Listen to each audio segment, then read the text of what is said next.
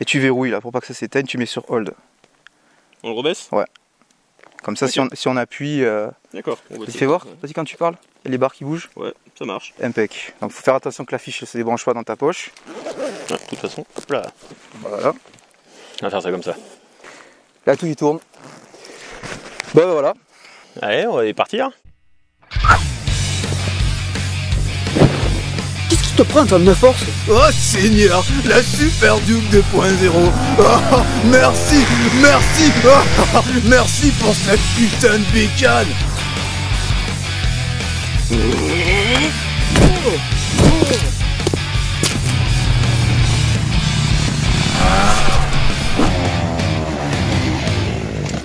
On passe la 3.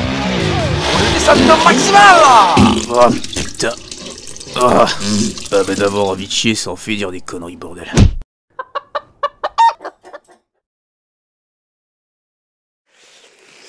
Mon cher Mika, donc on te retrouve après la vidéo de la Race Experience. Ouais, ça refait un petit moment déjà, ouais. Ouais, ça fait un petit moment, mais pour nos chers amis qui nous regardent, ça fait pas tant de temps que ça. Oui. Enfin, à moins que je mette encore 4 ans à sortir la vidéo. Non, on n'est pas comme ça. Non, ça va. Donc là, tu es venu nous présenter pas ta Ducati Javel parce que c'était pas la tienne. Hein. C'était une qu'on m'avait prêté. Voilà. Là, tu es venu nous présenter donc ta S1000RR de chez BMW. Ma petite beauté, ma petite chérie, oui. Ah, là, c'est pas. Ça plaisante pas là, il y a du lourd. Hein. C'est ça, c'est rigolo. C'est rigolo donc. Mais en plus, non seulement c'est rigolo d'origine, mais toi, tu t'es amusé à la suréquiper. Là, tu l'as mis à ta ponne, tu t'es. Ah bah moi j'aime bien que ma moto en fait me convienne à moi en fait. Donc c'est pour ça que je fais les petites modifs qui vont bien et tout ça, que ce soit quand je l'ai eu en fait, il y avait déjà tout ce qui était pièces, on va dire moteur. Donc il y avait déjà la ligne complète Arrow Titane. Il y avait 2-3 petites choses qui avaient été faites dessus, les commandes reculées, des choses comme ça. Ouais. Donc choses que j'aurais mis moi de toute façon. Parce que j'aime bien en fait les commandes reculées, outre le côté sportif, c'est surtout que ça te permet en fait de mettre vraiment la moto à ta pogne en fait. Tu as la position, ça te permet de travailler ta position et être au top dessus. Ces commandes reculées là, tu peux donc les régler du coup. Voilà, que ce soit en hauteur, en profondeur, tu peux vraiment mettre la position comme tu en as envie, l'écartement du sélecteur et tout ça. Donc ça c'est bien parce qu'en fait, pour pouvoir bien rouler avec ta moto, de toute façon il faut commencer par être bien dessus. Ouais, évidemment. Donc ça, c'est quand je l'ai eu, c'était ça. Ensuite, bon bah, suite à un petit accident que je ne reviendrai pas dessus, on en a profité pour rajouter de la pièce qui va bien. Ouais. Donc on a commencé par l'amortisseur Rollins. Ah, montre-nous un peu. On va se déplacer un peu autour de la moto. Pourquoi pas. Donc, hop, le petit TTX GP. Ah, rien que ça. Donc qui va bien. On passera outre le tarif de la pièce. Ouais, j'allais dire combien de... Prix, normalement, quand tu regardes, tu vas sur le site All-in, tu regardes, c'est une pièce qui vaut dans les 1650 €. Un truc. Et ouais, j'allais dire combien de SMIC là-dedans, mais ça va. Ça va, tu as été sage. Tu as été sage. Sur cette partie-là, j'ai été sage. Et tu as du carbone en plus, hein. Ouais, bah ça y était en fait de base. Ah voilà. Ok. Ah, bien habillé. Voilà. Pareil, les leviers, question de feeling, contrairement à ce que beaucoup de gens pensent, les leviers, ça change énormément de choses quand tu veux prendre les freins. Le feeling au frein. Ça, tu m'as convaincu parce qu'avant je pensais que c'était purement esthétique, mais c'est vrai que les leviers ça joue au dixième de vraiment, c'est important l'usinage. Et certains leviers AliExpress, c'est très dangereux parce que ça modifie la manière dont le piston est pressé et ça peut détériorer le mètre cylindre. C'est ça. T'as ça, t'as aussi le feeling, du coup la connexion avec tes freins qui change. Et après en fait t'as aussi l'angle on va dire du levier, bah, c'est une question de confort quoi. C'est oui tu verras, à laisser 2 doigts c'est trop en fait. 2 doigts c'est trop. Ouais, c'est comme une pucelle, hein, c'est 1 ça va à limite, mais 2. Donc à côté le Super Duke c'est un Peugeot 103 donc. tu verras à l'attaque. D'accord. Donc ouais l'amortisseur. Alors pourquoi l'amortisseur? Déjà pour une question de confort, parce que malgré tout ça joue pour beaucoup, mais aussi pour une question de sécurité. Moi j'estime que les suspensions c'est quasi au même titre que les pneus. Vraiment un élément de sécurité. Oui, ce que c'était en train de nous dire en off là. Voilà. Tu peux avoir les meilleurs pneus du monde. Si tu as des suspensions de merde, en fait, ils vont pas travailler comme il faut. Tu vas avoir des décrochages, des choses comme ça. Et inversement, tu peux avoir des bonnes suspensions avec des pneus merdiques. Ça va pas faire non plus le café. Le tout, c'est de vraiment accorder le truc. Ok. Donc en plus, tu as combiné donc avec du Dunlop. C'est ça. Et 212, il me semble. Et des 212 que moi j'adore. Que ce soit la gamme des 211, des 212, c'est pareil. C'est ma petite montre de prédilection. C'est je peux comprendre, ouais. Et en fait, le coup de l'amortisseur aussi, les gros avantages. Donc tu vas avoir le confort, tu vas surtout avoir un gain de motricité. Sur une machine qui commence à développer plus de 200 chevaux moteur et tout ça, parce que si je me rappelle bien, on est à 184 chevaux à la roue. À la roue. À la roue. Et il me semble qu'en plus tu l'as fait préparer donc par ton très cher ami par Sébastien. Sébastien Gimbert, la Race Experience, oui. Avec Sébastien, ouais. Donc à son atelier là-bas, donc c'est super sympa. Et du coup, voilà, on est à 184 chevaux à la roue, donc il fait un petit peu plus de 200 moteurs. Qui est totalement inexploitable, mais c'est pour le côté il en faut toujours plus. Voilà, j'allais dire les choses jusqu'au bout, excessif mais jusqu'au bout, c'est-à-dire il faut faire les choses à fond. Mais toujours avec pour moi, plutôt que de chercher les chevaux max, faire en sorte d'avoir une courbe qui est un maximum exploitable en fait. Donc une belle courbe bien lisse et tout ça, que le moteur tu puisses l'exploiter de partout. Donc là tu veux vraiment que la moto elle soit efficace. C'est ça. Le côté fun ou sensationnel, tu le délaisses un peu, histoire de vraiment être performant. C'est ça. Ouais. Parce qu'il ne faut pas oublier que la moto, t'es pas toujours non plus sur circuit. Quand tu fais de la route, t'aimes bien avoir du couple un peu en bas, t'aimes bien que ton moteur, tu puisses reprendre sans jouer du sélecteur. Donc voilà, ça, la prépa moteur, c'est ça. L'amortisseur, lui, justement, il va t'aider à passer tous ces chevaux au sol de la façon la plus efficace, tout en étant plus confortable qu'un d'origine. Oui. Et autre chose qui joue pour beaucoup, c'est que comme ton pneu travaille mieux et tout travaille mieux, tu arraches moins ton pneu, donc la durée de vie de ton pneu est augmentée. Il n'y en a pas beaucoup qui le savent, ça. Non. Après, encore une fois, c'est pareil. Monter une pièce comme ça, mais si tu sais pas la régler, ça sert à rien. Mais ça, j'en avais parlé dans une précédente vidéo par rapport à une certaine Ducati Monster c'est 900. Ça. On n'en parlera pas plus que ça. Hein. C'est vraiment pas n'importe qui doit faire les suspensions, c'est tout un art, c'est un métier. C'est ça. Donc il faut vraiment passer par des gars qui connaissent. Et surtout, encore une fois, il faut que tu tombes sur quelqu'un qui va écouter ce que tu vas avoir envie, ce que tu as besoin. Parce que là, par exemple, elle est montée plus côté route, donc un petit peu plus souple que si je devais aller faire de la piste. Ouais. Pour avoir ce côté où une moto qui bouge un peu, en fait, va être une moto qui travaille mieux et surtout qui adhère mieux. Beaucoup de gens pensent que mettre les suspensions au plus dur, c'est ce qu'il y a de mieux. Alors en fait, pas du tout. J'avoue que c'est ce que je pensais, mais en 2009, il y a 10 ans en arrière, quand je commençais avec les 2 temps 125, je mettais tout au taquet, c'était des bouts de bois. Et après, j'arrivais plus à... Enfin, j'y comprenais pratiquement rien en suspension, j'avoue. Et effectivement, quand on débute, je l'admets. C'est ça, non mais de toute façon, on apprend tout le temps. Donc, et surtout au contact de personnes qui savent. Hein. De toute manière, si t'es pas mécano ou quoi que ce soit, tu peux pas le deviner. Ouais. À moins que tu payes de tes erreurs au fur et à mesure, mais c'est plus long. Mais voilà, une suspension trop dure, effectivement, tu vas avoir la sensation que ça tient et tout ça, mais comme ta moto va riper sur les aspérités et tout ça, tes décrochages vont être beaucoup plus violents. Et puis ça amplifie les guidonnages et puis ça la rend donc beaucoup plus vive aussi. Ouais. Donc tu nous as parlé de ta suspension, tu nous as dit donner ton amour pour ces des 212 aussi. Ouais. Qu'est-ce qui reste encore? Donc tu as parlé de tes leviers. La pièce d'orfèvrerie, le petit craquage totalement déraisonnable, mais voilà, les jantes OZ.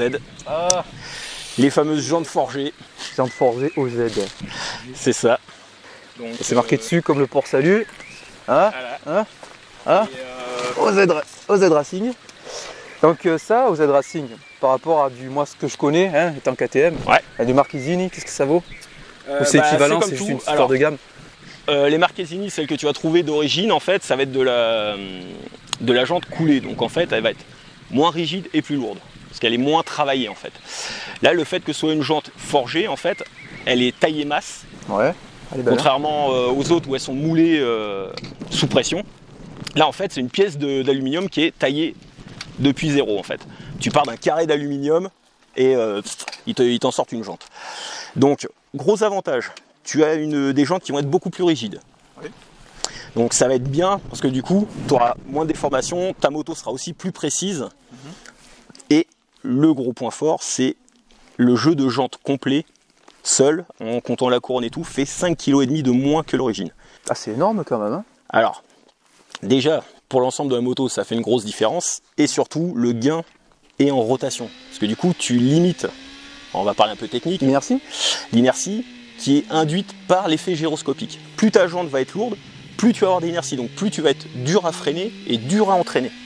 Donc, plus long à s'arrêter et plus long à accélérer. Donc surconsommation et freinage plus long. Ça, j'ai bien compris. Ça. Ok.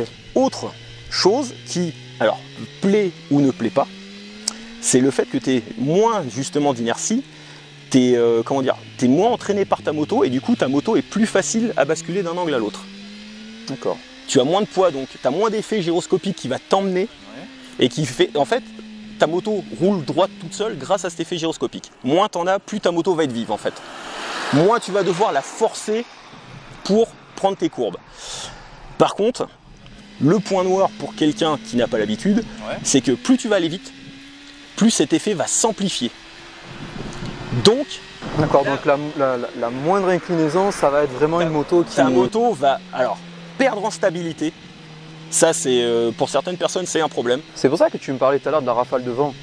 Oui. Moi, je suis sur le 690 là, qui fait 160 kg à tout casser. Et tu m'as dit, oh, la rafale de vent, elle m'a emporté. Mais tu l'as peut-être senti autant que moi, du coup.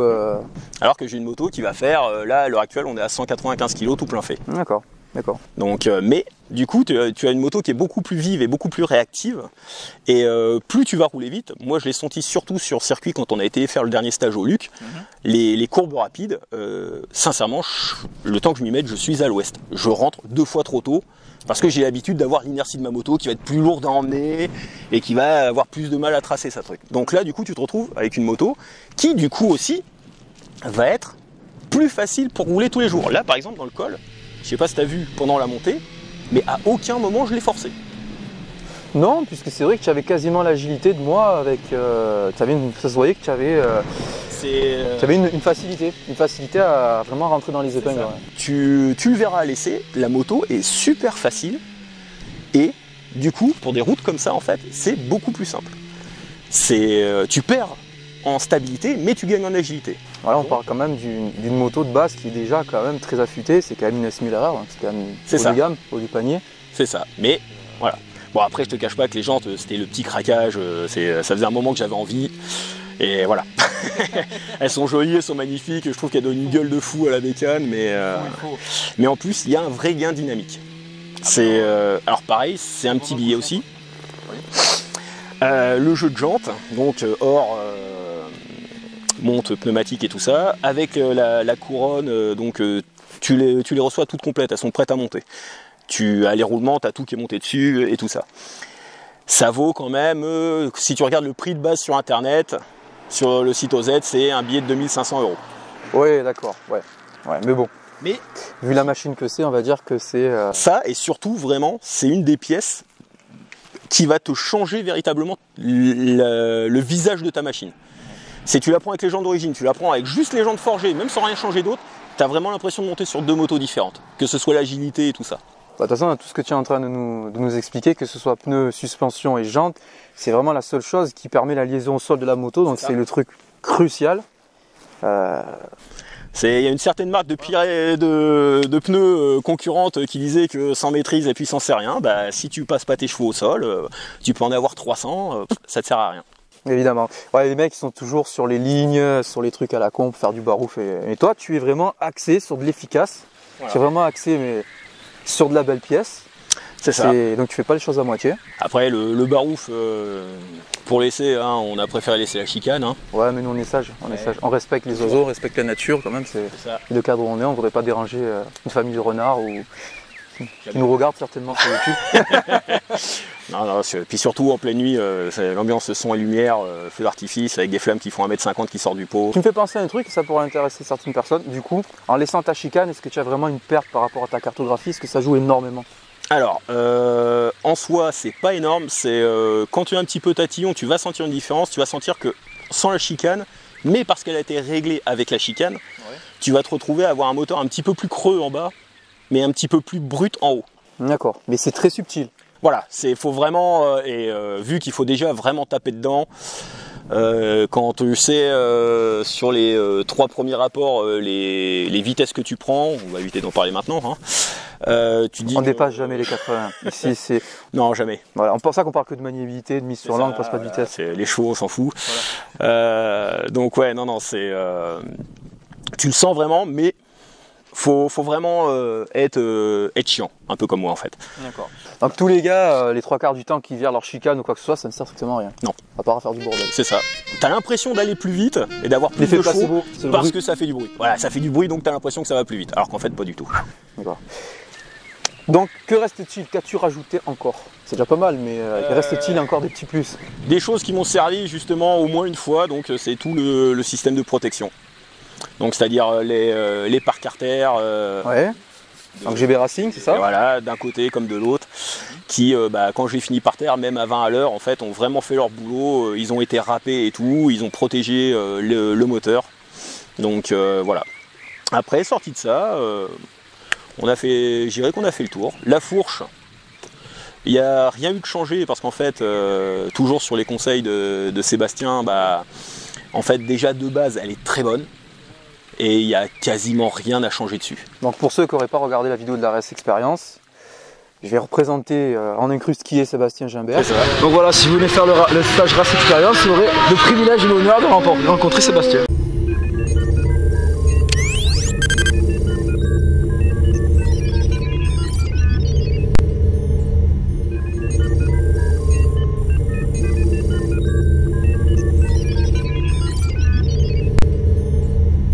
Qui est quand même un champion du monde et un champion de France. C'est ça. Donc champion du monde d'endurance, si je ne m'abuse. Champion de France d'SBK, donc Superbike, ouais. Donc c'est un gros bonhomme. Voilà. Un très gros bonhomme, plusieurs fois champion du bol d'or. C'est ça. Tu vois, j'ai un peu appris, j'ai potassé, je connais un peu l'historique.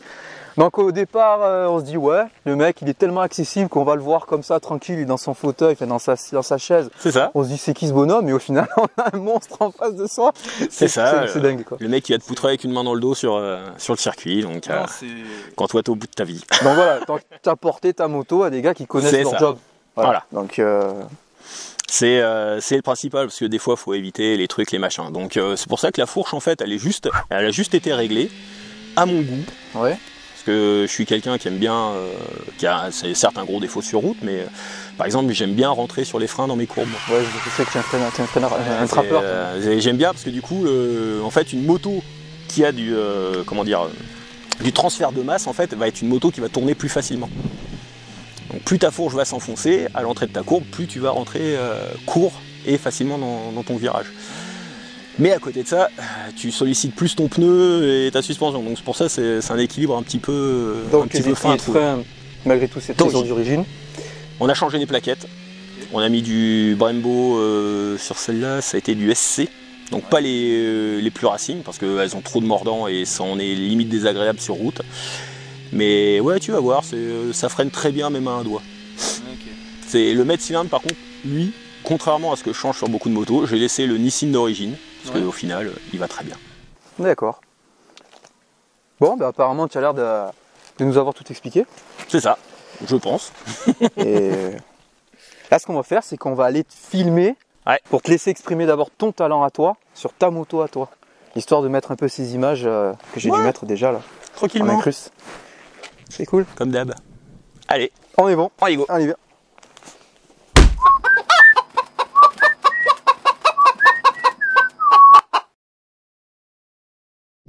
Alors ça va?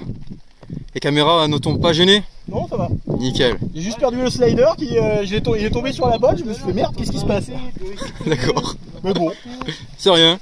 Classique. Tranquille.